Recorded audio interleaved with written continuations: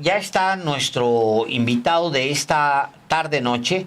Le agradecemos al doctor Lorenzo Meyer que nos permita conversar en un día tan importante como hoy, este lunes. Mañana, pues ha pasado muchas cosas, doctor Meyer, en los últimos días, muchas cosas, todas muy importantes. Bienvenido, doctor. Buenas tardes. Buenas tardes. Buenas tardes, Álvaro. Buenas tardes, Alejandro. Así que, listo, ustedes me dicen. Gracias, doctor. Bueno, adelante, señor. Pues es que estamos todavía al arranque de los periodistas. Alejandro preguntaba, ¿qué crees que pueda pasar el día de mañana, las siguientes horas, sobre si habrá cumplimiento de la amenaza del 25% de aranceles a todos los productos mexicanos que van a Estados Unidos? Está por materializarse esto, doctor, pero el solo hecho de la amenaza de Donald Trump de imponerlos, sí pensamos exige una valoración, un análisis sobre lo que representa Donald Trump en este segundo mandato, ese afán de crear un nuevo orden mundial y, por supuesto, su relación con sus dos vecinos y socios, y naturalmente, de manera particular, en el caso de México. ¿Usted cómo lo visualiza? Bueno, muy bien puesta el tema y la pregunta. En efecto, se trata de un cambio en la orientación de la política exterior de Estados Unidos, pero no es cualquier cambio. En primer lugar, la velocidad con la que se dio. En términos generales, y viendo la historia reciente, estos cambios se dan con cierta parsimonia y negociando. Aquí ni agua va, no dijo nada cuando le quitó a Zelensky la escalera y lo dejó agarrado de la brocha, pero de una manera que yo no recuerdo un episodio así. En plena Casa Blanca, en la oficina oval, el Santa Santorum de la política norteamericana y mundial, frente a las cámaras y la prensa nacional e internacional, el líder ucraniano, no es que yo le tenga particulares simpatías, ese liderazgo es complicadísimo. ¿Cómo llegó Zelensky a ser el líder de Ucrania? Tenemos que remontarnos por lo menos a 20 años atrás, a la Revolución Naranja, la llamada Revolución Naranja, que termina en una serie pero es complicadísimo, una serie de conflictos que pareciera la prolongación de la Guerra Fría. Estados Unidos y Europa Occidental, en particular la OTAN, pero ahora llamémosle Europa Occidental en su conjunto, en apoyo a la fuerza el nacionalismo ucraniano que representa Zelensky, y del otro lado la Rusia de Putin interesada, bueno, pues por razones históricas, sobre todo de la Segunda Guerra Mundial, en mantener un cinturón de seguridad alrededor de sus fronteras, unas fronteras que están realmente sin ningún obstáculo físico. Se puede pasar por ellas, si así se tiene la fuerza y la decisión, sin muchos problemas. Entonces Rusia, heredera de la URSS, recordando muchísimo a la Segunda Guerra Mundial y lo que pasó en esa primera embate alemán contra Alemania, pues quedó casi deshecha. Por un pelito se salvó la Rusia de Stalin de ser destruida. Entonces, no es que la burra sea arisca, pero los palos la hicieron. Entonces, independientemente de qué se diga de la soberanía y de que si se cumplieron o no se cumplieron un montón de requisitos internacionales. Esta es una relación entre potencias y ya se ve cuando la humillación de Zelensky, que Zelensky casi no cuenta, son Rusia y Estados Unidos. Bueno, se da este vuelco.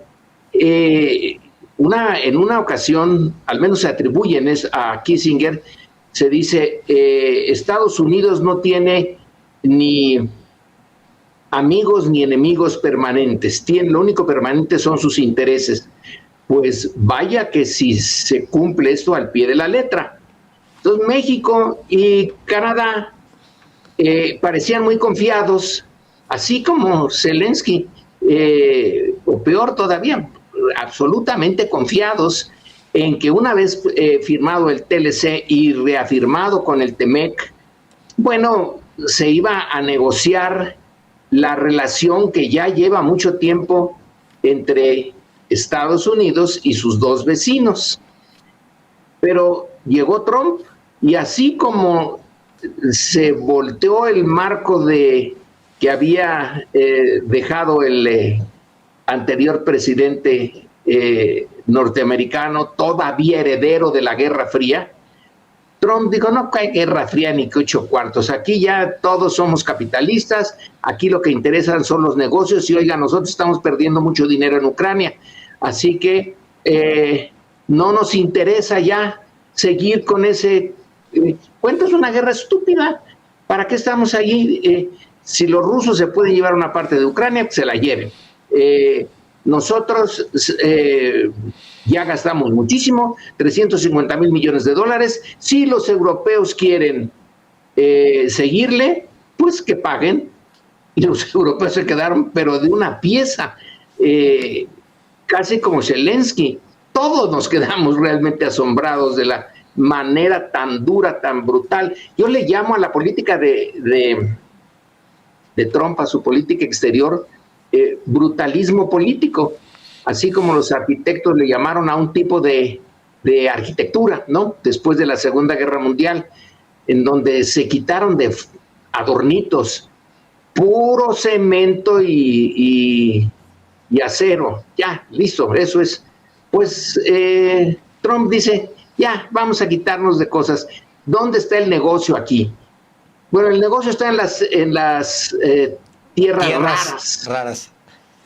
Que son un montón de minerales, ¿no? Que algunos son valiosísimos y que nos pague lo que le dimos. Yo no sabía que se lo habían dado como préstamo, yo entendía que había sido una donación en defensa de la libertad y la democracia, y que, pues con el lenguaje pues de la Guerra Fría, ¿no?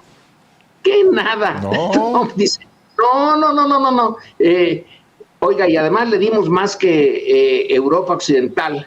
Ya si Europa le quiere cobrar, que se lo cobre, pero nosotros sí queremos eso, junto a la solución que propone para Gaza, que es, bueno, vamos a hacer una zona de hoteles allí, ya están destruida la parte inmobiliaria de la vieja Gaza, vamos a terminar de limpiar eso y hacemos unos hoteles que serán el Gaza Mar a Lago en el Mediterráneo.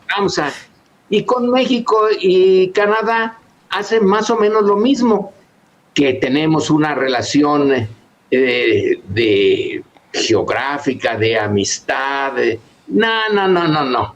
Aquí yo estoy en desacuerdo. La razón formal es el fentanilo y la migración indocumentada.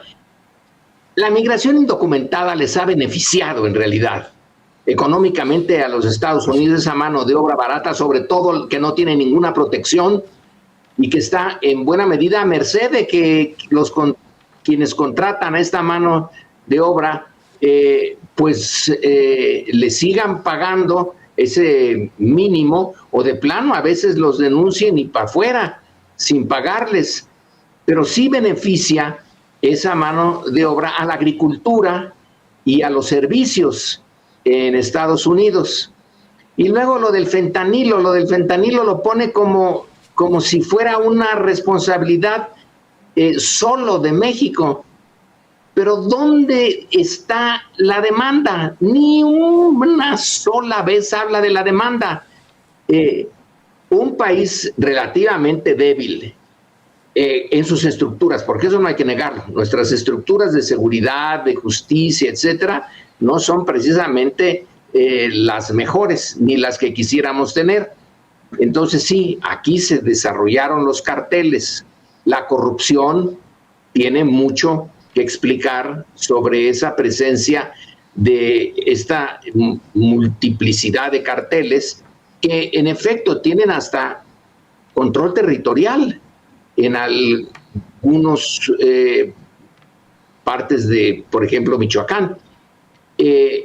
Pero todo esto se alimenta de los recursos que los norteamericanos dan por las drogas, pero el gobierno norteamericano no dice absolutamente nada de esa responsabilidad. Es como si fuera unilateral. Es como en ese vicio antiquísimo de la prostitución, se dice, bueno, las responsables son las prostitutas. Oiga, y el que las anda buscando y les paga, no, ese no tiene nada que ver. Traslademos eso a las drogas. Es la prepotencia de nombrar responsables a otros, y desde luego su base social está encantada, pues sí, porque les gusta mucho tener como responsables a estos países y grupos, y yo diría que en el fondo piensan en razas inferiores. Ellos son los responsables, no nosotros. Y cuando uno les pregunta, ¿y por qué hubo esa epidemia de fentanilo? ¿Por qué se hizo epidémico eso? Pues por la empresa de Purdue Pharma de Connecticut, que ganó un dineral con sus medicinas o medicamentos para quitar el dolor, y que luego se hicieron ya adictos. Entonces la adicción la sembró su propia estructura industrial, y ya que está arraigada, entonces dice, caramba, vamos a declarar una emergencia sanitaria, y los responsables están al otro lado de la frontera. ¿Y cómo lo vamos a resolver? Castigándolos, les ponemos aranceles, y además les pedimos que manden tropas la Guardia Nacional a la frontera, y nosotros vamos también a mandar tropas. Resulta que en los anuncios últimos hasta tanques están mandando. ¿Qué van a hacer con esos tanques? ¿A quién le van a disparar No, la amenaza es que además de eso pueden ir directamente a los nidos donde están haciendo el fentanilo, y bombardearlos y dejar ahí todo destruido.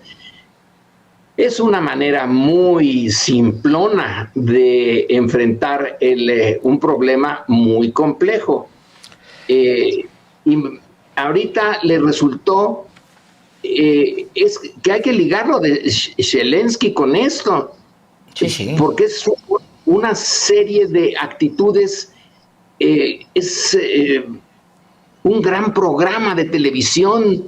Ahora sí los vamos a castigar a los malos, que no se habían atrevido los demócratas a hacerlo, Recuérdenle, esos demócratas les tembló la mano, pero a mí no. Y yo tengo un razonamiento de hombre de negocios. En realidad no tengo un razonamiento de político experto en la complejidad de los temas internacionales. Si él pone los aranceles, obviamente, ¿quién va a pagar ese arancel? ¿Quién compre? Pues bueno, sí, claro. El que compra puede decir que son los norteamericanos, ¿no? Los que van a... puede el norteamericano decir, no, yo no compro los autos, que son ahorita el producto más interesante y sobre el que caería el 25%. No, yo no compro los autos. Pero las empresas de autos, ¿de quién son? ¿Qué auto realmente mexicano está siendo enviado, como por ejemplo los autos chinos? Esos sí son chinos de China y tienen un mercado mundial. México apenas va a sacar su carrito, su cochecito. Oiga, doctor, a ver, pensando en el personaje propiamente, porque todo recae en él. Es un tipo que, por ejemplo, hoy leía un artículo muy interesante en el Times sobre por qué le cae mal Canadá. Y entonces, buen artículo, muy bueno, era muy bueno porque... Con la fotografía ahí es fantástica. Exacto, porque decía, fíjate, el artículo decía, bueno, una de las cosas que se dicen es que hay una foto, que hasta busqué la foto, creo que es de Reuters la foto, ahorita la voy a localizar, donde se ve a Trudeau que más o menos como que se acerca demasiado a Melania como para darle un beso. Entonces, yo la veo al revés, Melania se acerca demasiado a Trudeau. Sí. Entonces dicen, bueno, esa es una opción por la cual Trump está enojado. Otro es que tiene intenta dos negocios en los años. 2 negocios, uno en Vancouver que fracasa y creo que otro en Alberta y fracasa. Hoteles con desarrolladores y quién sabe qué y fracasan, muy parecido a lo que hizo en México. O sea, ¿qué quiere decir? Es como... pues una foto del tipo bonito acercándose a su mujer, a lo mejor eso es lo que lo super enojó con Canadá y hay que soportarlo. Yo lo que le quería preguntar a usted, doctor, es más, otra pieza que se publica el día de hoy, que era muy interesante también, que los chinos, yo le decía hace rato, los chinos no le han contestado realmente a Trump nada, porque no han terminado de entenderlo. Dice el artículo, pues es que es muy complejo Trump. Los chinos están como tratando de terminar de leerlo y no tienen una conclusión con respecto a él. Entonces no pueden contestarle a alguien a quien no entienden. Y luego yo le preguntaría a usted, hay un artículo que yo recuerdo del New Yorker de septiembre del año pasado, que la cabeza era: existe un método en la locura de Donald Trump, y luego trataban de más o menos entender la locura de Trump, pero no concluye gran cosa. Yo le replico la pregunta, doctor. En su experiencia y por todo lo que usted ha leído de la relación binacional y la relación de Estados Unidos con muchas naciones, ¿existe un método en la locura de Donald Trump? Yo creo que sí. Para entenderlo, ahorita propongo que tomar en cuenta un dato. Él nunca hizo carrera política. Es un caso excepcional.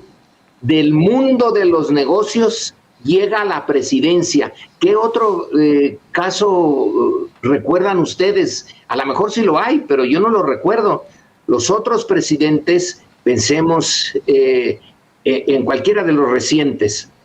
No, los recientes ni uno. Ni uno. Todos hicieron carrera política. Pasaron Reagan por un montón. Incluido. ¿Quién? Reagan. Sí, de actor a político.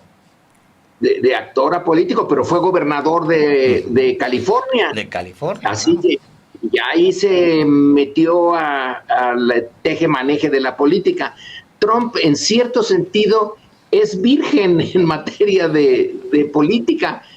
Y la estructura formal del poder en Estados Unidos y la coyuntura le dan la posibilidad de ser el presidente. ¿Por qué? Porque los dos partidos incluyendo los republicanos, Sí, sí. habían abandonado a una parte importante del electorado. Y Trump, eso sí, no es locura, se dio cuenta de eso y en su discurso, que parece de locos, en realidad estaba haciendo un llamado a esos olvidados. Digamos que son los olvidados del sistema.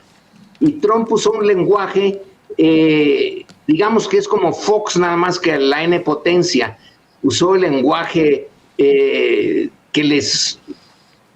le hacía eco a los que estaban descontentos, y no les importó que fuera un millonario el que los estaba, el flautista de Hamelin, sino que era el que podía usar su lenguaje y que no se medía, y que decía barbaridad y media como,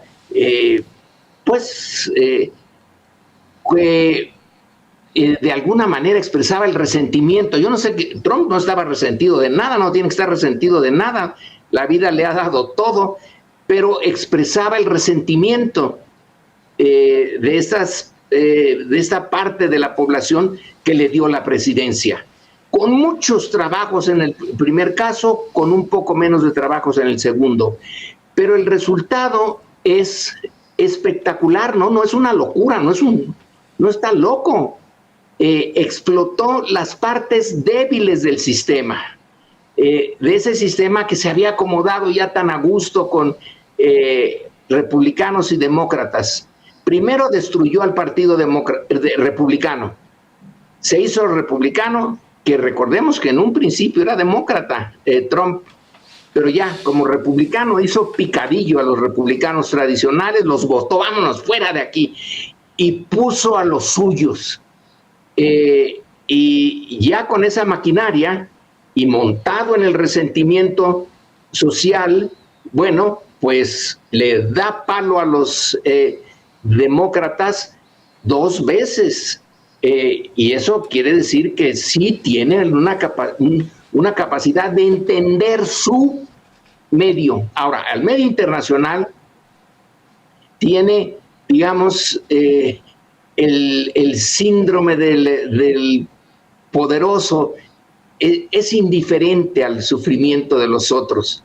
Y si el mundo ese ancho y ajeno, lleno de países chiquitos, de hellholes, como él les llama, hoyos del infierno, como llamó Haití, ese mundo no tiene sentido, salvo que sea bueno para los negocios. Si Haití tuviera tierras raras, segurísimo que estaría ahí haciendo algo, pero como no las tiene, o al menos no las han descubierto, entonces Ucrania es un buen lugar. El país está semidestruido.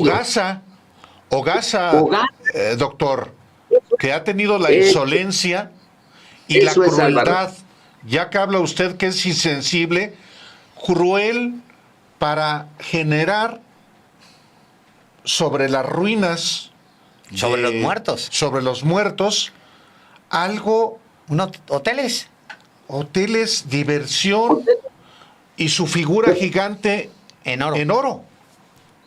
Hoteles de lujo en una tierra que ha pasado las de Caín.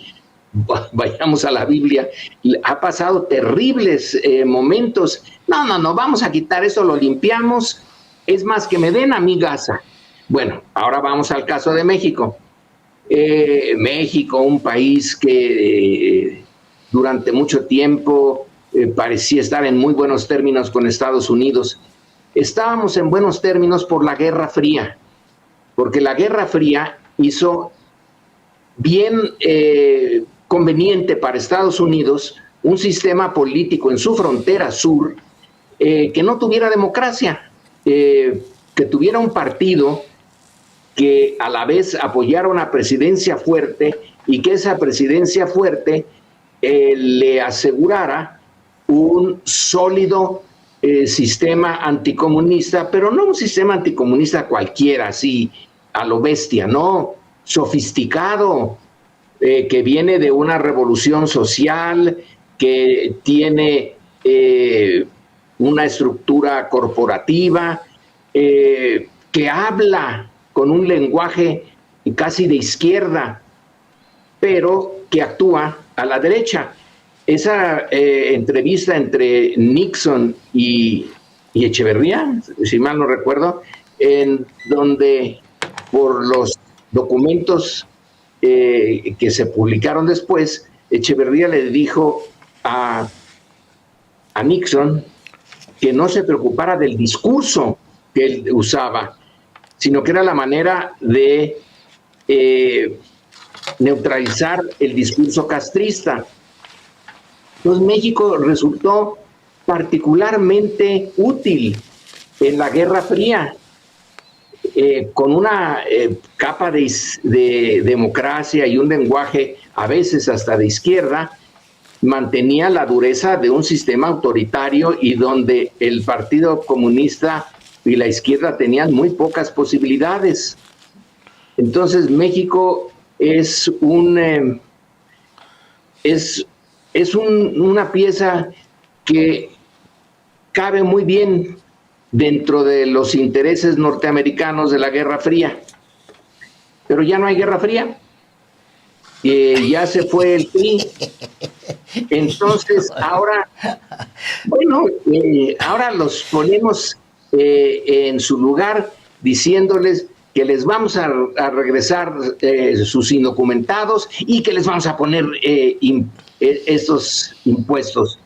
Y además, recuerden, los mexicanos mandan aquí criminales, locos, violadores, o sea, son como la parte más desagradable de su sociedad, y eso reconforta mucho a las partes medias sobre todo de los blancos en Estados Unidos, porque hay una manera, y ya esta idea, y con esto redondeo, que no es mía, es de un politólogo norteamericano.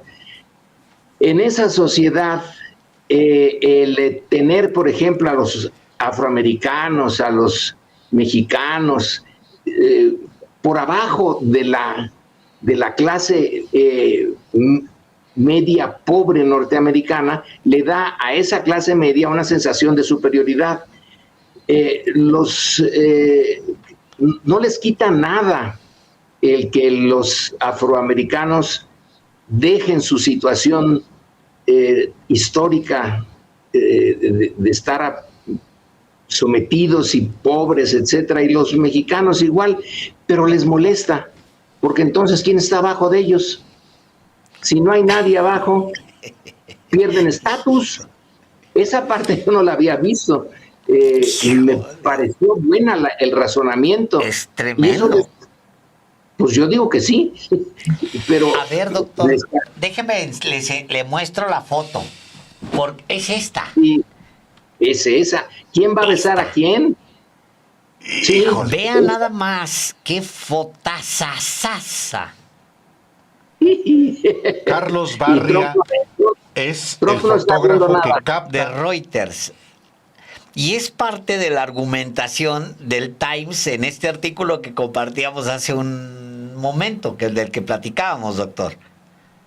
Sí, pero esa es una explicación muy personal. Puede ser que le haya reventado el hígado a Trump, pero una gran potencia no está cambiando de política con un vecino tan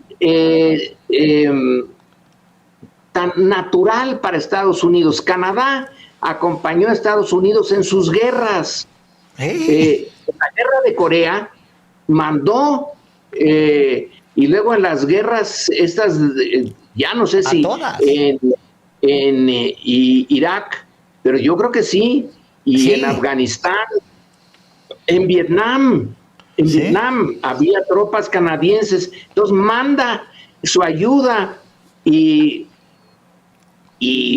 lo humilla. ¿De qué manera?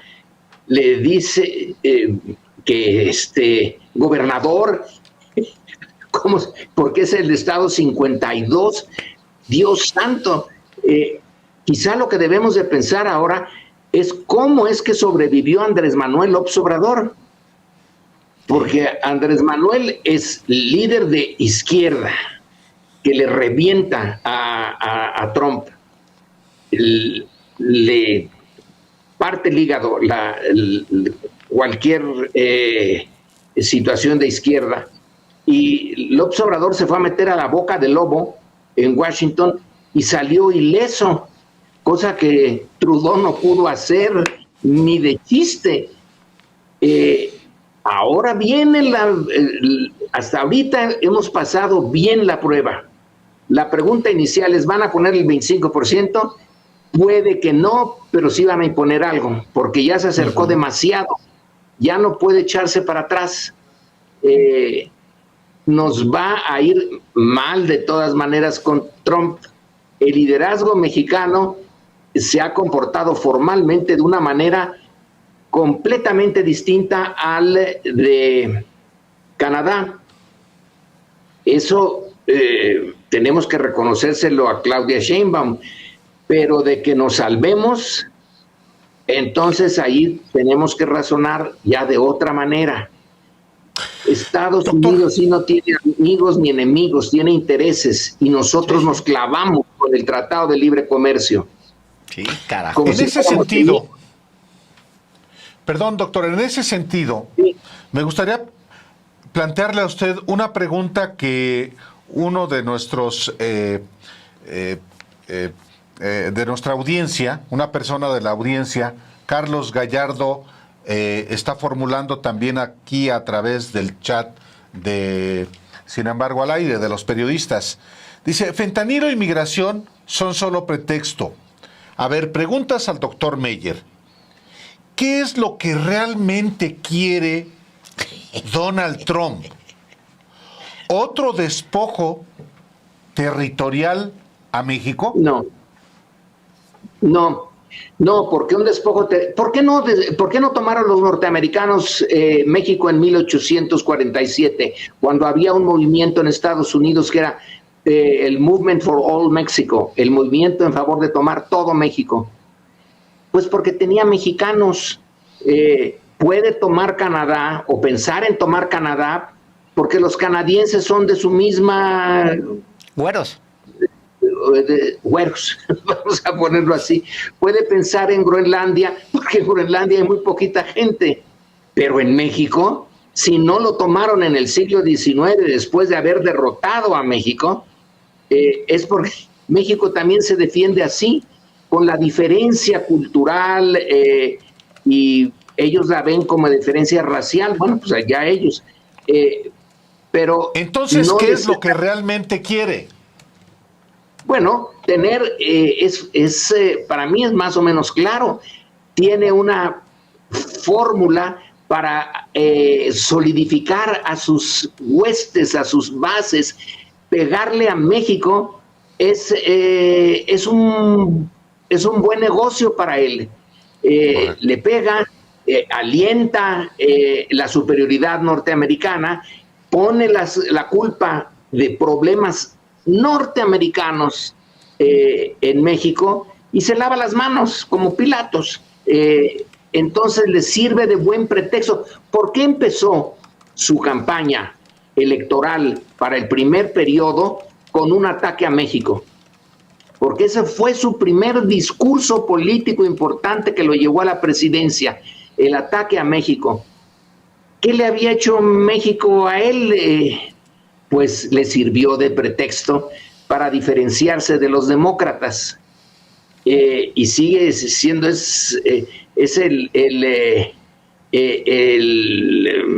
digamos, el gorila macho que se impone en la comunidad, ¿no? Es el gorila dominante, y eso le reditúa un respeto de parte de su público. Ahora, si además puede sacar alguna ventaja económica, desde luego que la va a sacar. Pero no veo, desde luego no es territorial, ya no es ese tiempo. pudo haber sido todavía a mediados del siglo XIX, pero ya cuando la frontera se pobló y se hizo ya clara y ya no había un desierto entre México y Estados Unidos, bueno, nunca hubo un desierto, pero estaba poblado por sociedades nómadas, pero ya cuando se integró al mundo moderno eso, pues ya no le interesó mucho. No está en la expansión territorial su fuerza. Ahora, Canadá sí lo ve porque, como una posibilidad, bueno, porque no le representa un gran sacrificio y sí podría integrar un montón de geografía ahí, pero no es territorial su propósito. Decía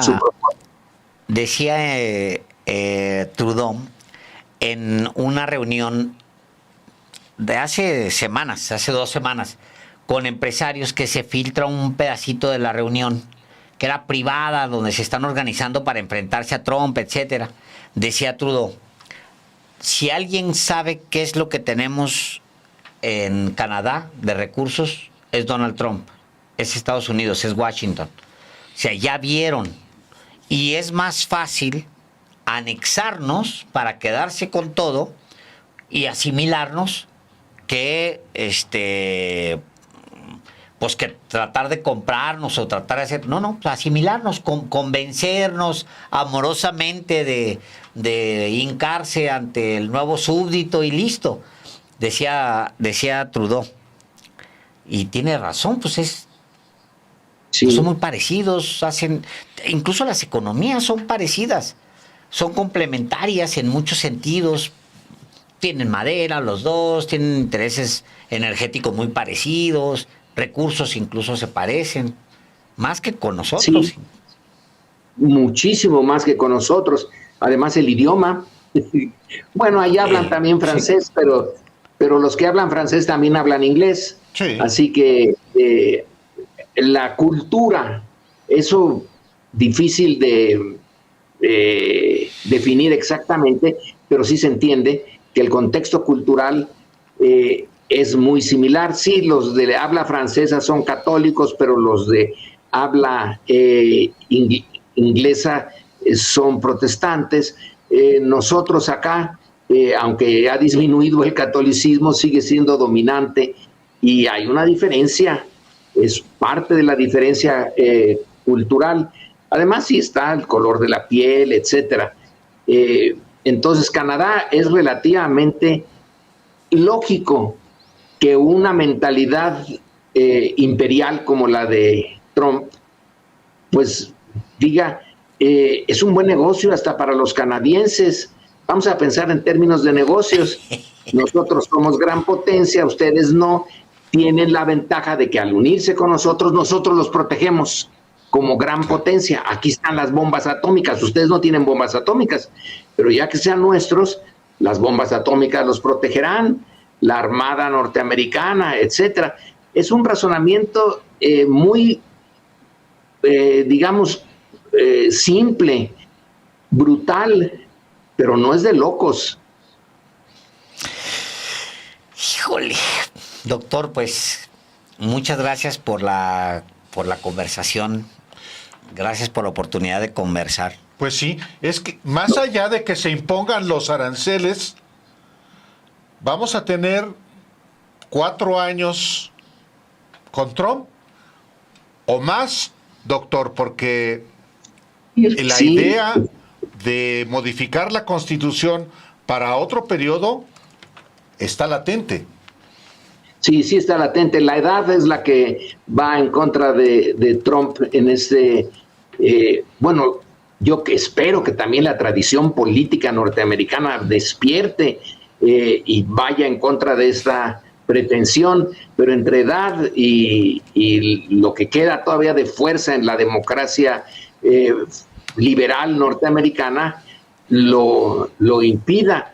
Pero 4 años es un montón de tiempo para la velocidad que lleva Trump en sus decisiones. ¿Qué es lo que nos queda?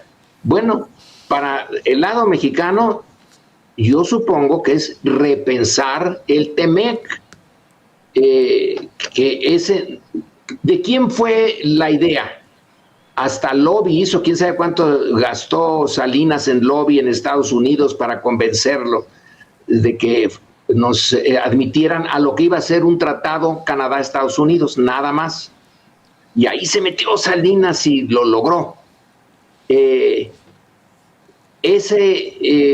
Digamos, esa salvación de la coyuntura mexicana, siendo el cabuz de un tren poderosísimo, y México en el cabucito, ahí en la cola, pero lo lleva arrastrando el tren norteamericano.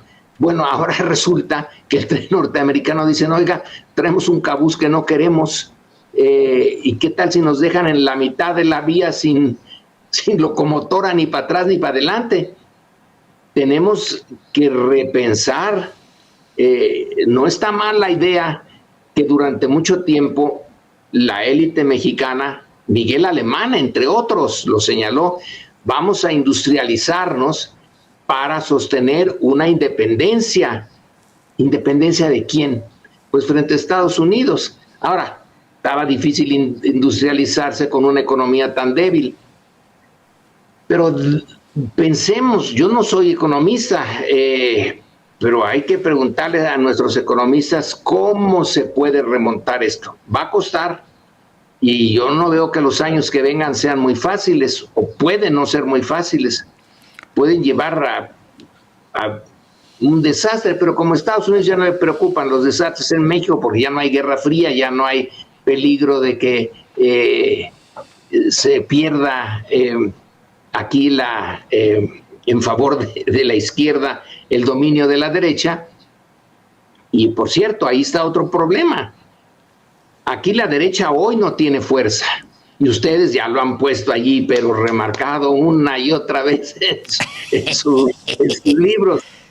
Pero si les inyectan una sustancia intravenosa que les dé vida, Estados Unidos es bueno para eso. Ya no está el USAID, pero lo pueden hacer de otra manera. La derecha mexicana puede revivir por esa vía. Espero que la sociedad mexicana, que estemos dispuestos a que no pase eso. Y que no lo estén oyendo, sobre todo los de la derecha mexicana. No les dé ideas, doctor. No, yo no creo que oigan este programa. Ya hace tiempo que quedaron vacunados.